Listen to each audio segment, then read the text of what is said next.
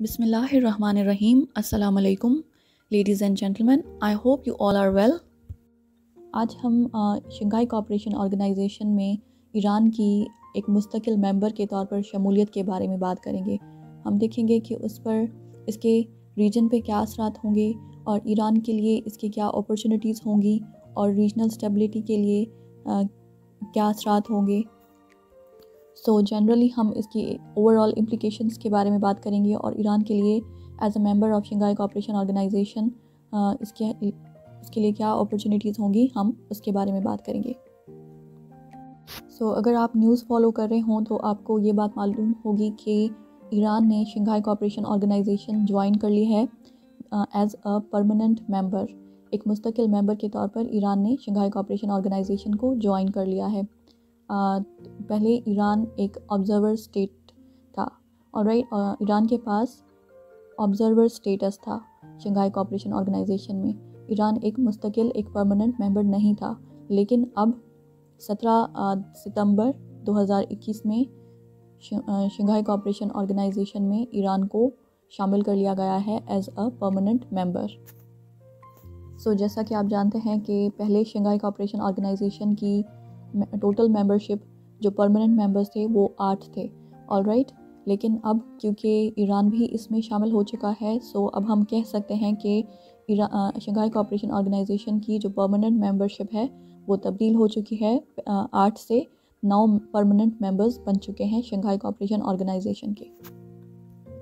वैसे अगर फॉर्मेलिटी की बात की जाए तो कहा जा रहा है कि एक पूरा फॉर्मल तरीका होता है एक स्टेट की एंट्री एक रीजनल ऑर्गेनाइजेशन में, उसके लिए एक पूरा फॉर्मल प्रोसीजर को फॉलो करना पड़ता है। तो उस प्रोसीजर को फॉलो करने में 2 साल का अरसा तक लग सकता है, लेकिन फ़िलहाल जो है ईरान को एक्सेप्ट किया गया है तमाम स्टेट्स की जानिब से, उसकी एंट्री को कबूल किया गया है into the Shanghai cooperation organisation.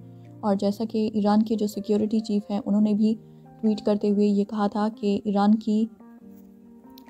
के रास्ते में जो भी पॉलिटिकल ऑब्स्टिकल्स थे, जो भी पॉलिटिकल सियासी रुकावटें थी, उनको दूर कर दिया गया है। और ये पहली दफ़ा है कि ईरान किसी रीजनल ब्लॉक का हिस्सा बना है, मेजर रीजनल ब्लॉक का हिस्सा बना है।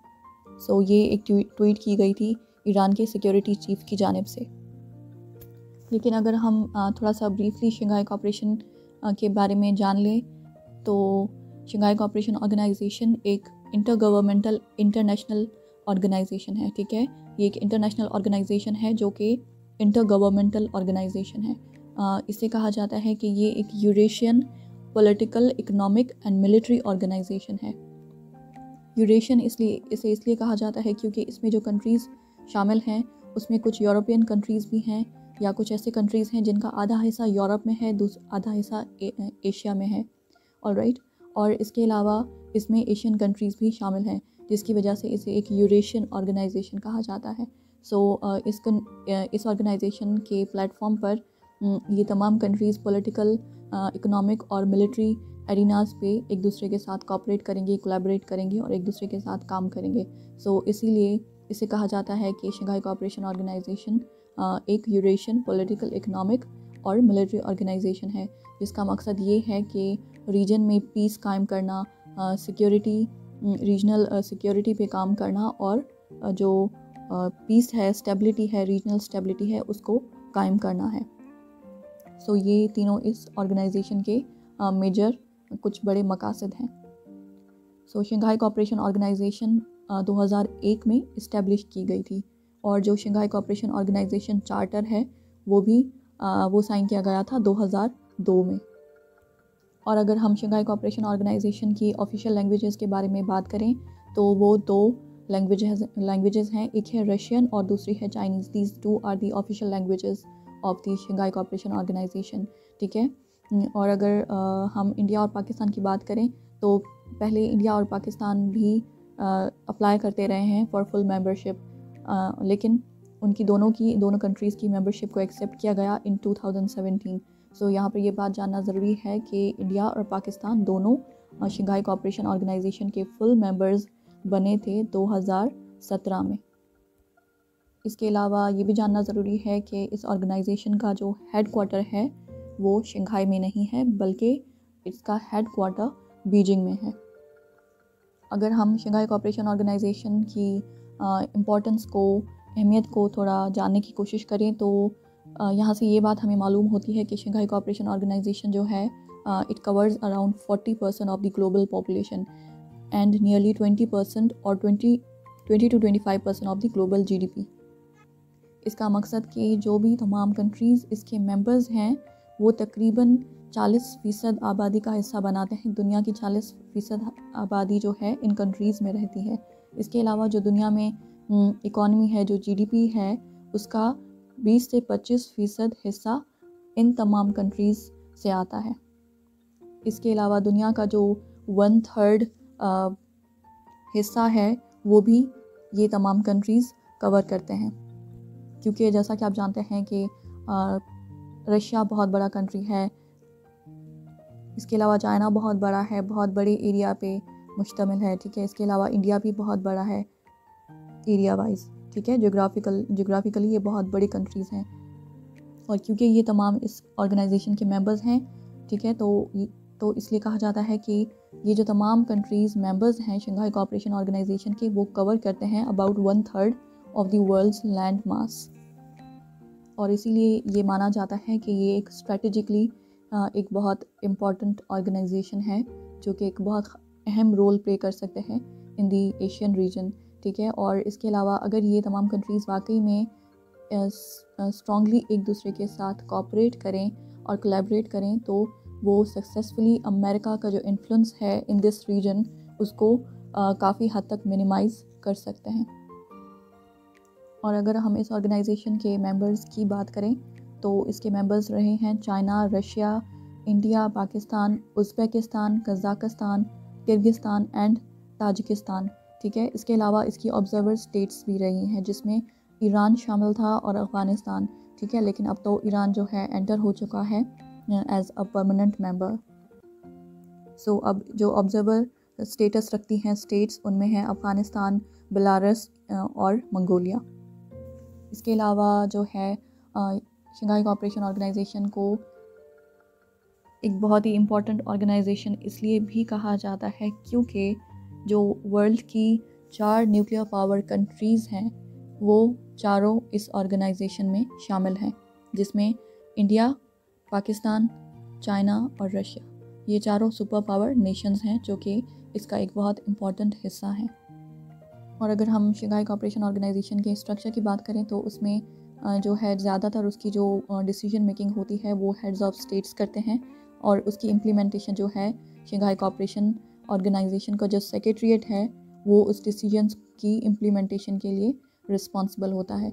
इसके अलावा इसका एक बहुत ही ख़ास स्ट्रक्चरल कंपोनेंट है जिसे रेड्स कहा जाता है।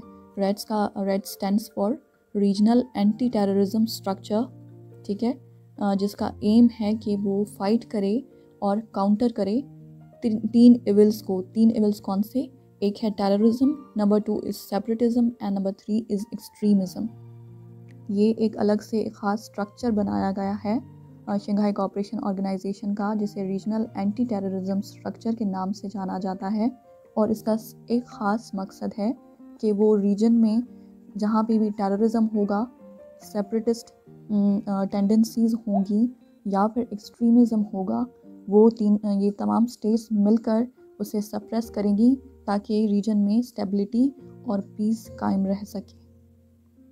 और यहाँ पर ये बात जानना बहुत ज़रूरी है कि इस स्ट्रक्चरल ऑर्गेनाइजेशन पे कि इवन इंडिया और पाकिस्तान भी रेड्स के प्लेटफॉर्म पर एक दूसरे के साथ कोऑपरेट करते हैं to fight terrorism, separatism and extremism. अब हम डायरेक्टली टॉपिक पर आ जाते हैं। अगर हम ईरान की acceptance into the Shanghai cooperation organisation as a permanent member, उसके बैकग्राउंड के बारे में थोड़ी सी बात करें तो ईरान के पास शंघाई कोऑपरेशन ऑर्गेनाइजेशन में ऑब्जर्वर स्टेटस था सिंस 2005, ठीक है। 2005 से ईरान के पास ऑब्जर्वर स्टेट का स्टेटस था, ठीक है। और ईरान ने काफ़ी मर्तबा अप्लाई किया था फुल मेंबरशिप के लिए। जैसे ईरान ने 2008 में अप्लाई किया था और 2010 में फुल मेंबरशिप के लिए भी अप्लाई किया था और अभी 2021 में भी अप्लाई किया। और फाइनली जो है ईरान की इस रिक्वेस्ट को मान लिया गया है तमाम कंट्रीज़ की जानिब से और इसको एक्सेप्ट कर लिया गया है as a permanent member. So 17 सितंबर 2021 को ये अनाउंस किया गया था कि all states have accepted Iran as the permanent member of Shanghai cooperation organisation. लेकिन हमारे लिए ये जानना ज़रूरी है कि ऐसी क्या डेवलपमेंट्स थी कि जिन्होंने फेवर किया ईरान को कि उसको एंटर किया जाए, एक्सेप्ट किया जाए इन दी शंघाई कोऑपरेशन ऑर्गेनाइजेशन। सो उनमें सबसे पहले तो जो सबसे रीसेंट डेवलपमेंट थी वो ये है कि फॉल ऑफ काबुल। जैसा कि आप जानते हैं कि अगस्त में तालिबान ने कम्प्लीटली टेक ओवर कर लिया अफ़गानिस्तान का, ठीक है। सो अगर आप थोड़ा मैप पर जाएं तो आप जानते हैं कि अफ़गानिस्तान का बॉर्डर लगता है ताजिकिस्तान के साथ, उज़्बेकिस्तान के साथ और ईरान के साथ। इसके अलावा पाकिस्तान के साथ और उज़्बेकिस्तान के साथ, ताजिकिस्तान के साथ और तुर्कमानिस्तान के साथ, ये 6 कंट्रीज़ हैं जिनके साथ अफ़गानिस्तान का बॉर्डर लगता है, ठीक है। ये आप अफ़गानिस्तान के बॉर्डर्स को थोड़ा सा वेरीफाई कर लीजिएगा, लेकिन जैसा कि जितना मुझे याद आ रहा है उसके मुताबिक अफ़गानिस्तान बॉर्डर बनाता है ताजिकिस्तान के साथ, उज़्बेकिस्तान के साथ, तुर्कमानिस्तान, ठीक है, ईरान और पाकिस्तान के साथ, ठीक है। सो क्योंकि ये तमाम कंट्रीज़ रीजनल कंट्रीज़ हैं, अफ़गानिस्तान की नेबरिंग कंट्रीज़ हैं और वहाँ पे एक नई गवर्नमेंट बन चुकी है और फॉल ऑफ काबुल हो चुका है, टेक ओवर बाय तालिबान हो चुका है, तो दैट मीन्स कि अब जो भी डेवलपमेंट्स अफ़गानिस्तान में होगी उसका डायरेक्ट इम्पेक्ट होगा अफ़गानिस्तान की नेबरिंग कंट्रीज़ पर। और वैसे भी इन तमाम कंट्रीज़ के कहीं ना कहीं पे किसी न किसी लेवल पे इश्यूज़ चल रहे हैं अफ़गानिस्तान के साथ, ठीक है। सो ये एक बहुत इम्पॉर्टेंट डेवलपमेंट है जिसने फेवर किया है ईरान की एंट्री को into the Shanghai cooperation organisation, क्योंकि अब ये वक्त की ज़रूरत बन चुका है कि जो अफ़गानिस्तान के नेबरिंग कंट्रीज़ हैं जो कि तमाम SCO के मेंबर्स भी हैं, वो ईरान को भी शामिल करके फिर एक प्लेटफॉर्म पर एक दूसरे के साथ कोऑपरेट करें और कोलैबोरेट करें और मिलकर काम करें ताकि अफ़गानिस्तान में इंस्टेबिलिटी को रोका जाए या फिर सेपरेटिस्ट टेंडेंसीज़ या टेररिज्म को रोका जाए और किसी भी तरह के क्राइसिस को रोकने के लिए मिलकर काम किया जाए। क्योंकि अमेरिका तो जा चुका है अब, ठीक है, लेकिन अब रीजनल जो कंट्रीज़ हैं उनके लिए ये एक वक्त है कि वो आपस में कोऑपरेट करके अपने रीजन की स्टेबिलिटी के लिए ख़ुद काम करें। सो ये बहुत ज़रूरी हो गया है कि ये तमाम कंट्रीज़ अगर SCO का हिस्सा बन जाते हैं तो वो उनको एक स्ट्रॉन्ग प्लेटफॉर्म प्रोवाइड करेगा कि उसके तहत वो आपस में कोऑपरेट करके और रीजनल स्टेबिलिटी के लिए काम करें और सिक्योरिटी इश्यूज़ को एड्रेस करें और इंटेलिजेंस शेयरिंग के साथ इन तमाम इश्यूज़ को ख़त्म करने की कोशिश करें। इसके अलावा जो नेक्स्ट सर्टन इम्पॉर्टेंट डेवलपमेंट है वो है strategic agreements signed between China and Iran. जैसा कि आपको मालूम है कि ईरान और चाइना ने आपस में सर्टन स्ट्रेटेजिक एग्रीमेंट्स साइन किए हैं जिनका मकसद है रीजनल कनेक्टिविटी और इंफ्रास्ट्रक्चर कॉरिडोर्स बनाना जो कि रन करेंगे फ्रॉम ईरान टू चाइना। सो ये भी एक फैक्टर समझा जा रहा है कि जिसने ईरान को फेवर किया है इन अ सेंस कि चाइना ने दूसरी मेंबर स्टेट्स को कन्विंस किया है कि चाइना को भी SCO का मेंबर बनाया जाए।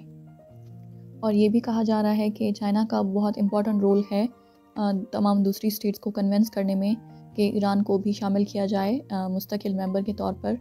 वो इसलिए क्योंकि इससे पहले काफ़ी अर्सा ईरान ने भी रिक्वेस्ट की थी फुल मेंबरशिप के लिए, लेकिन उसको हमेशा से रद्द कर दिया गया था। लेकिन अब पहले इसलिए भी क्योंकि ईरान पर US सैंक्शंस थे, ठीक है, US तो सैंक्शंस थे लेकिन UN सैंक्शंस भी थे, जिसकी वजह से ये अवॉइड किया गया कि फ़िलहाल ईरान की मेंबरशिप को एक्सेप्ट नहीं किया जाए।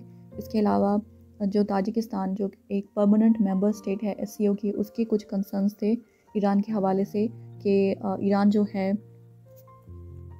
एक सेपरेटिस्ट मूवमेंट जो कि ताजिकिस्तान के अगेंस्ट काम करती है, एक सेपरेटिस्ट मूवमेंट, ईरान उसको सपोर्ट देता है। सो ताजिकिस्तान का ये इल्ज़ाम था ईरान पर कि वो इस्लामिक मूवमेंट ऑफ ताजिकिस्तान, जो कि एक सेपरेटिस्ट मूवमेंट है, उसको सपोर्ट करता है, जिसकी वजह से ताजिकिस्तान ने हमेशा उसको ईरान की जो रिक्वेस्ट थी फॉर फुल मेंबरशिप उसको एक्सेप्ट नहीं किया, जिसकी वजह से हमेशा ईरान की रिक्वेस्ट को रद्द कर दिया जाता था। लेकिन अब चाइना ने ये कोशिश की है कि वो तमाम बाकी स्टेट्स के कंसर्न्स को दूर करते हुए उन्हें कन्विंस करे, और ये उसी का ही रिज़ल्ट है कि तमाम स्टेट्स ने फाइनली अप्रूवल दे दिया है for the acceptance of Iran into SCO।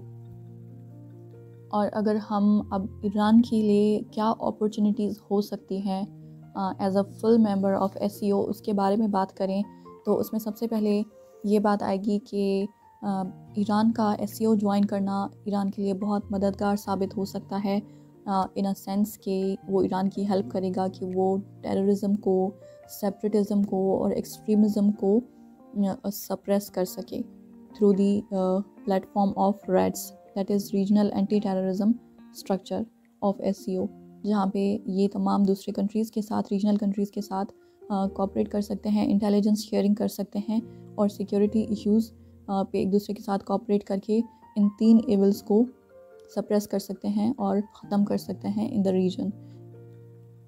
इसके अलावा ईरान के लिए ये अपॉर्चुनिटी भी हो सकती है कि शॉर्ट टर्म के लिए ही सही, लेकिन एक लिमिटेड बूस्ट मिल सकता है ईरान की इकॉनमी को। इसके अलावा एक डिप्लोमेटिक बूस्ट भी मिल सकता है ईरान को, जो कि एक US सैंक्शन स्टेट है, उसको वो दुनिया में एक बार फिर उभर के सामने आ सकती है as a member of the SCO organisation, जो जिसे दुनिया में एक बहुत अहमियत की नज़र से देखा जाता है कि ये एक बहुत इंपॉर्टेंट ऑर्गेनाइजेशन है। इसके अलावा जो है थर्ड अपॉर्चुनिटी ईरान के लिए ये भी है कि ईरान के लिए बहुत मददगार साबित होगा अगेंस्ट US, यानी US के सैंक्शंस का ज़ोर तोड़ने के लिए ये ईरान के लिए ये ऑर्गेनाइजेशन काफ़ी काम आ सकती है, और USA के यूनिलैटरलिज्म को काउंटर करने के लिए ये ईरान के लिए बहुत मददगार साबित होगी। वो इस तरह से क्योंकि ईरान इस ऑर्गेनाइजेशन को as anti United States organisation के तौर पर देखता है, क्योंकि इसकी जो 2 फाउंडिंग बहुत मेजर मेंबर्स हैं जो कि चाइना और रशिया हैं, वो दोनों to some extent anti America हैं, एंटी वेस्ट हैं, ठीक है। इसीलिए ईरान भी इस ऑर्गेनाइजेशन को एंटी US, एंटी वेस्ट की तौर पर देखता है, और ये उसके लिए बहुत मददगार साबित होगा US ने जो ईरान पर सैंक्शंस इम्पोज किए हुए हैं उनको काउंटर करने में, और US के यूनिलैटरलिज्म को निगेट करने में उसके लिए बहुत मददगार साबित होगा, और ये भी साबित करने के लिए कि अब दुनिया काफ़ी हद तक यूनिलैटरलिज्म से दूर जा चुकी है और तेज़ी से मल्टीलैटरलिज्म की तरफ बढ़ रही है। इसके अलावा जो है ईरान का ताजिकिस्तान के साथ रिलेशंस बेहतर हो सकते हैं, जैसा कि आई टोल्ड यू बिफोर कि ताजिकिस्तान के ईरान पर इल्ज़ामात हैं कि वो उनके अगेंस्ट सेपरेटिस्ट मूवमेंट को सपोर्ट करता है, लेकिन अब क्योंकि ईरान भी SCO का फुल मेंबर बन चुका है, तो इस प्लेटफॉर्म पर वो एक दूसरे के साथ कोऑपरेट करके अंडरस्टैंडिंग के साथ अपने तमाम मामलात को हल कर सकते हैं, और ट्रेड के साथ वो अपनी इंटरडिपेंडेंसी को बढ़ाकर अपने तमाम दूसरे जो भी कंसर्न्स हैं उनको सॉल्यूशन की तरफ ले जा सकते हैं। जैसा कि अभी जो कॉन्फ्रेंस हुई थी जिसमें अनाउंस किया गया था ईरान की एंट्री को, वहाँ पर एक टारगेट सेट किया गया था $500 मिलियन का for annual bilateral trade between Iran and Tajikistan, ठीक है। और उसी कॉन्फ्रेंस में ईरान और ताजिकिस्तान के बीच में 8 एग्रीमेंट्स साइन किए गए, बायलैटरल ट्रेड एग्रीमेंट साइन किए गए, जिनका टारगेट था $500 मिलियन, जो कि एनुअल बायलैटरल ट्रेड की जाएगी ईरान और ताजिकिस्तान के बीच में। सो ये एक बहुत बड़ी कामयाबी है इन इटसेल्फ। इसके अलावा आप जानते होंगे कि हसन रूहानी, जो ईरान के पहले फॉर्मर प्रेसिडेंट रह चुके हैं, हसन रूहानी, उनकी कुछ हद तक प्रो वेस्ट पॉलिसी रही है, ठीक है। लेकिन अब जो है हमें ये देखने में आ सकता है कि ईरान अब प्रो ईस्ट पॉलिसी अडॉप्ट करेगा, क्योंकि अब ईरान के प्रेसिडेंट चेंज हो चुके हैं। इब्राहिम रईसी वो अब ईरान के नई प्रेसिडेंट हैं, और जो कि obviously it is quite clear कि वो pro east policy, foreign policy को ही अडॉप्ट करेंगे। और अगर ऐसा होता है तो फिर उनके लिए काफ़ी मौके होंगे कि वो रीजन में अपना एक मेजर रोल प्ले कर सकें और एक मेजर प्लेयर की तौर पर उभरें रीजन में, और अफ़गानिस्तान में भी एक मेजर रोल प्ले कर सकें, obviously with other member states under the umbrella of Shanghai cooperation organisation. Moreover इसके अलावा जो है ईरान के लिए ये भी एक अपॉर्चुनिटी है कि उसका एससीओ में एंट्री जो है ईरान की जो इंटरनेशनल और रीजनल स्टैंडिंग है उसको एनहांस करेगी, उसको स्ट्रेंथन करेगी। जैसा कि ईरान ने ऑलरेडी जो है इसे एक डिप्लोमेटिक सक्सेस का नाम दिया है। जैसे कि ईरान की तरफ से ये बयान आया था कि Iran is subject to unilateral sanctions. This means that SCO members do not recognise those as international sanctions and that's why they have accepted Iran request to full membership. मतलब यहाँ पर ईरान का कहना है कि क्योंकि तमाम एससीओ स्टेट्स ने ईरान को एक जगह दी है एक इंटरनेशनल ऑर्गेनाइजेशन में एज अ परमानेंट मेंबर, तो ये एक तरह का इशारा है कि वो यूएस के सैंक्शंस ऑन ईरान को नहीं मानते, वो यूएस के यूनिलैटरलिज्म को एक्सेप्ट नहीं करते और उसे खुले तौर पर डिनाई करते हैं।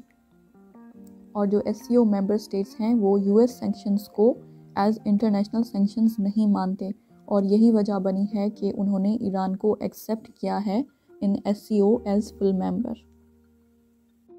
यहाँ पर ईरान के लिए ये भी अपॉर्चुनिटी है, या फिर हम कह सकते हैं कि ईरान इसको एक अपॉर्चुनिटी के तौर पर देखता है, इन अ सेंस कि ईरान का एससीओ ज्वाइन करने का मकसद है कि वो एक एंटी वेस्ट ग्रेट पावर्स के साथ मिलने जा रहा है, और ईरान आगे चल के इन दोनों पावर्स के साथ जो कि चाइना और रशिया हैं, इन दोनों के साथ कोऑपरेट करके इनके साथ कोलिशन में यूएस हेजमनी को चैलेंज कर सकता है in the region. So Iran इसे एक अपॉर्चुनिटी के तौर पर देखता है। वैसे तो शंघाई कोऑपरेशन ऑर्गेनाइजेशन में पाकिस्तान और इंडिया भी हैं जिनके कॉर्डियल रिलेशंस हैं with US, but still Iran perceives it as joining an anti western great powers organisation.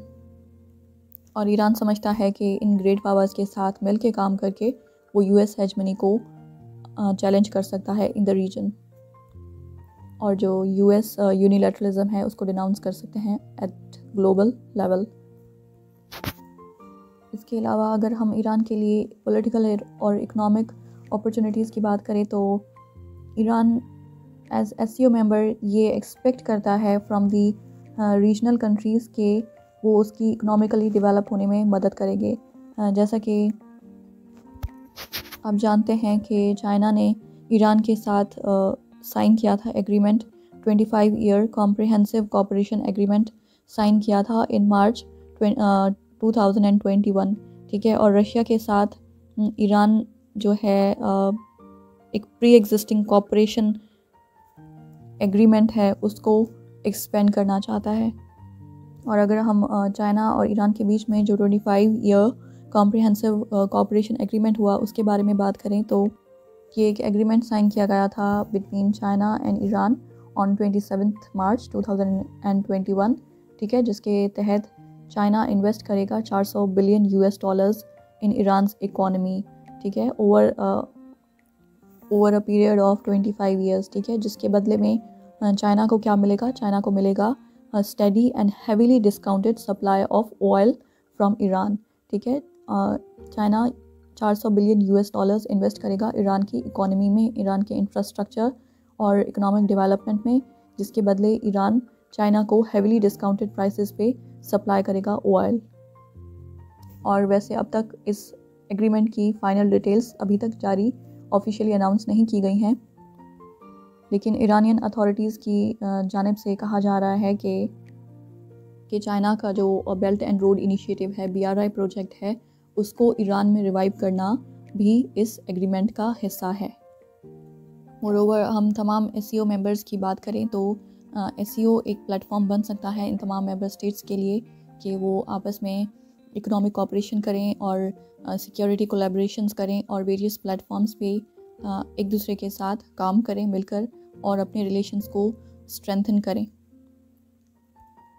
और एक दूसरे के साथ जियो इकोनॉमिक और जियो स्ट्रेटिक कोऑपरेशन को बढ़ाएं ताकि एक रीजनल इंटरडिपेंडेंसी क्रिएट हो। और जब रीजनल इंटरडिपेंडेंसी क्रिएट होती है तो ऑब्वियसली तमाम स्टेट्स रीजनल स्टेट्स रीजन की स्टेबिलिटी के लिए मिलकर काम करते हैं ताकि रीजनल स्टेबिलिटी और में कोई ख़राबी ना आए और रीजनल केओस ना हो और तमाम स्टेट्स पर बुरे असरात ना हो। सो उसको रोकने के लिए तमाम स्टेट्स जो हैं मिलकर कोऑपरेट करती हैं, एक दूसरे के साथ काम करती हैं ताकि रीजनल स्टेबिलिटी बनी रहे। और उसके लिए ड्राइविंग फोर्स क्या होती है, वो होती है रीजनल इंटरडिपेंडेंसी। जब स्टेट्स एक दूसरे के साथ इंटरडिपेंडेंट होती हैं तो वो रीजनल स्टेबिलिटी के लिए भी मिलकर काम करती हैं।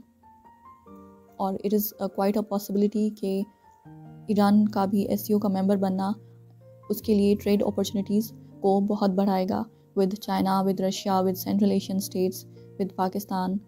ऑलराइट। और ख़ास तौर पर जो इंफ्रास्ट्रक्चर कॉरिडोर्स हैं जो कि BRI के तहत मुकम्मल होने हैं, अगर वो कंप्लीट हो जाते हैं तो फिर तो ट्रेड काफ़ी इजी हो जाएगी इन तमाम कंट्रीज़ के बीच। और जो इंफ्रास्ट्रक्चर के कॉरिडोर्स हैं फ्रॉम चाइना टू ईरान, उसमें शामिल हैं corridor from Iran across Central Asia to China. ठीक है। दूसरा, Iran corridor from Iran across Afghanistan to China. And third corridor is from Iran across Pakistan into Gwadar connecting CPEC। So अगर हम generally overall देखें तो ईरान के लिए काफ़ी सारी ट्रेड, इकोनॉमिक और सिक्योरिटी अपॉर्चुनिटीज़ मिल जाती हैं as a member of SCO। इसके अलावा जब वो मेंबर बन जाएगा SCO का, तो ईरान के लिए access to Central Asian states easy हो जाएगा। ठीक है। जिसे सेंट्रल एशियन स्टेट्स जिसे ईरान की तरफ से as a market for the exports of Iranian goods भी कहा जाता है। ऑलराइट। सो अगर एक दूसरे के साथ अंडरस्टैंडिंग डेवलप कर लेती हैं ईरान और central Asian states through the platform of SCO, तो फिर ये एक सिग्निफिकेंट डेवलपमेंट होगी और ईरानियन इकोनॉमी के लिए एक मेजर बूस्ट होगा और ये ट्रेड अपॉर्चुनिटीज़ बहुत बढ़ जाएंगी for the Central Asian as well as Iran. और ईरान अपने काफ़ी सारे प्रोडक्ट्स, अपने गुड्स और अपनी एक्सपोर्ट्स को बढ़ा सकता है with the Central Asian states. लेकिन इसमें ऑब्वियसली एक खलल आ सकता है, एक इम्पेडिमेंट आ सकता है, and that is US sanctions. ठीक है। सो इस ट्रेड और इस तमाम मामलात में US सैंक्शंस एक इम्पेडिमेंट हो सकते हैं, एक रुकावट बन सकते हैं। लेकिन रिसेंटली टॉक्स चल रही हैं between Iran and the world powers और US के बीच में, ताकि वो किसी न किसी नेगोशिएशन के तहत ईरान न्यूक्लियर डील को रिवाइव कर लें, दोबारा से उसको एक अंडरस्टैंडिंग में आ जाएं। और अगर वो टॉक्स सक्सेसफुल हो जाती हैं फिर तो सही है। ऑब्वियसली फिर एज अ रिज़ल्ट ईरान पर US सैंक्शंस हटा दिए जाएंगे। लेकिन अगर इन केस वो टॉक्स फेल हो जाती हैं तो देयर इज़ अनसर्टेनिटी और उसके काफ़ी ग्रेव कॉन्सिक्वेंसेस भी हो सकते हैं for Iran as well as the entire region. So generally अगर हम बात करें तो SCO का मेंबर बनना ईरान के लिए काफ़ी फ़ायदेमंद साबित हो सकता है in terms of trade, in terms of economy and in terms of security and regional stability and cooperation. लेकिन ऑब्वियसली ये तो वक्त ही बताएगा कि ईरान इन अपॉर्चुनिटीज़ पे कैपिटलाइज कर सकता है या नहीं कर सकता, किस हद तक ईरान इन अपॉर्चुनिटीज़ को मटीरियलाइज कर सकता है। Only time will tell. So that's all for now. If you found this video helpful, then please like, share and subscribe to my channel. Thank you so much. Take care. Bye bye.